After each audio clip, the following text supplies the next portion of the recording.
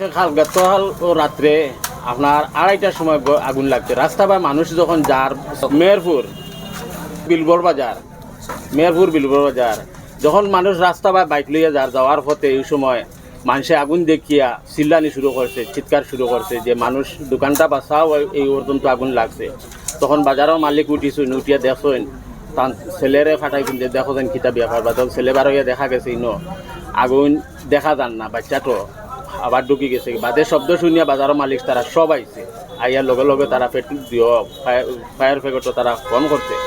Fire brigade আইসি hour পরে ও অবস্থা হয়েছে। দুইটা দোকান, আমি তৈবুর রহমান লস্কর। আপনার কিতার দোকান? আমার কেন লগে লোকাল সুগারির দোকান, চাউলের দোকান, পানের দোকান, আমরা ওইটা থেকে আমরা ব্যবসা করে খাই আর আমরা চলি আর ফিরি আর ওটাও। আর একটা দোকান খার দোকান আছে, আর এখানে হইলো উত্তম সাহা দোকান। থান দোকান, এখানে স্টেশনারি দোকান। তাহলে কেমন ক্ষয়ক্ষতি ক্ষয়ক্ষতি এটা মোটামুটি সীমার 12 ক্ষতি হয়েছে। আমরা সরকারও কিছু জিনিস দাবি চাই আর যদি আমরা সাহায্য সহায়তা করেন, মানে সরকারে যদি কোনো সাহায্য সহায়তা করে তাহলে আমরা ওটাও আশা ভরসা করি।